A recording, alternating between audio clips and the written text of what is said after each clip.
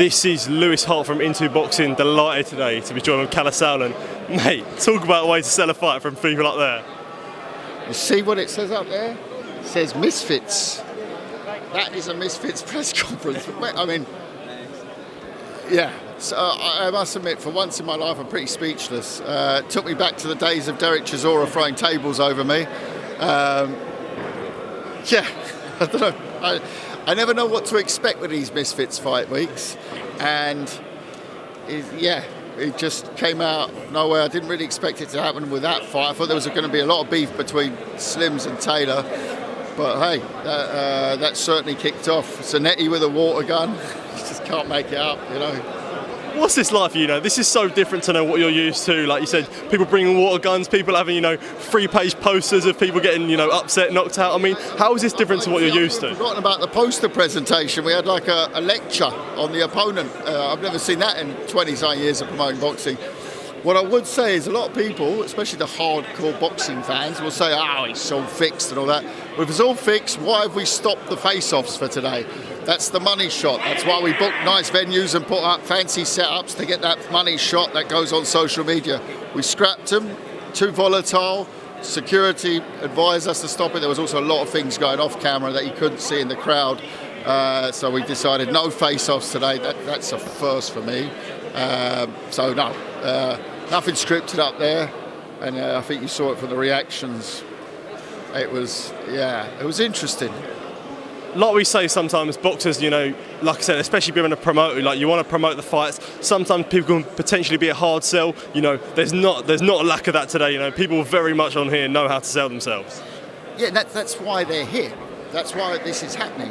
Or else this would be white collar boxing, really. Yeah? Okay, some of them, Slim's already had 4 fights. There's a couple of, guys have got more expanded records.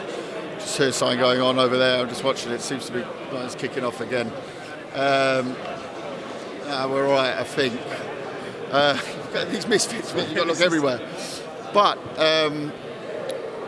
that's what makes it different from just novice boxing, right? And they're not trying to be something else, I didn't hear anyone up there call it. I did hear one Conor McGregor call out, but apart from that, that's their world. And yes, they all have different types of followings. We had everything up there from, rappers, YouTubers, TikTokers, OnlyFans, you name it. They're all up there. They're all different walks of life.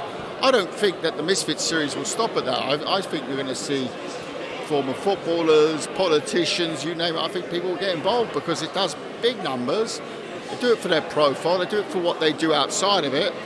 But the good thing is, with boxing, you can't really say, I'll do it for a bit of money, a bit of fame, because you're going to get punched in the mouth with 10-ounce gloves. There's no stopping that. So it's not like I'm saying, I'll come and have a game of chess or have a game of tennis and bring big numbers and great for your profile. No, yeah, it's great for your profile. It does big numbers and they get paid well, but they're going to get punched in the mouth. What would you say to boxers, hardcore boxing fans that could potentially turn their noses up at like this? What would you say? What would your message be to them? I think there's 2 elements to that. From a watching point of view, go in without the expectation that you're going to be watching Roy Jones against Muhammad Ali. It's novice boxing, right? So it's what you'd see down your town hall with white collar, whatever you want to call it, novice boxing. But with an amount of characters around it that really make a difference. These guys and girls, they're marketeers. They're full of themselves. And by the way, that beef was real between the 2 of them when it kicked off. You see also that the ego's involved. They don't like to be disrespected. So look at it like that, have no expectations on a sporting level and see it as entertainment.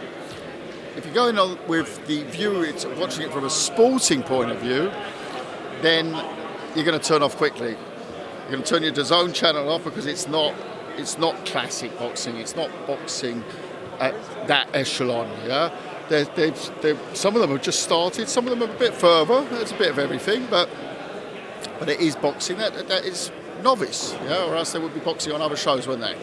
Like, I was speaking to Mams yesterday, and he said these guys, throughout the influence, they've got a lot of money, and they have the access to some of the best trainers possible, and the best. So, like I said, the social influencer level, it's only getting better. You know, you say it's novice boxing, but these guys are getting trained week in, week out, learning the sport. It is getting better. Absolutely. And as I said, it's just my answer was twofold. The second part is those who say it takes from boxing. Nonsense. I'm seeing lots of them go to real boxing trainers, or classic boxing trainers. They're getting paid out of it. Their gyms are getting supported out of it. So the money that comes into this segment is also going over to boxing. But it's not taking a single cent out of the boxing coffers, so to speak. You know, there's no money coming out of the boxing budgets. You know, we're not spending less money on our other boxing shows because of the MisFits series. It's a completely different project. Where would you say this press conference today ranks? You know, you said times with Chisora. Where does it rank in terms of the craziest ones you've done? Top 5. Del Boy is the number one, without a doubt. There's a couple with Del Boy actually, but yeah, it's up there. I've got to reflect. I've got to have a look back at it. I tell you, that was wild. I mean, the whole top table just was destroyed afterwards. So interesting. Last question, is there any update on a broadcast for Chris Eubank Jr? Obviously this fight was going to be on DAZN, he's fought on Sky. Is there any sort of update on where on the platform he's going to fight on next? That's an advanced question. I don't, no, it's not. Right now, like we said, we are, like we said last week, we're exploring, you know, postponing the fight, but that means their side has to get things done. Like Junior said, things have to be made right. At the same time, we're looking, of course, at moving forward very quickly, independently of that there, because we can't wait for their decision. Their decision then is suddenly, you know, he's banned, he's out for a certain amount of time, or he's not banned. We'll have to see. You know, but that's not down to us. It's not our boxer.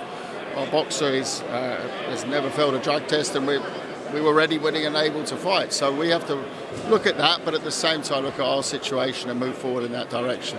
And then last question, obviously, on the undercard, we have people like Harlem Eubank, Matty Harris, who... will be out still this year. Yeah. Perfect. Cheers. Thank you. Really appreciate your time. Thank you, mate. Cheers. This is a fantasy fight.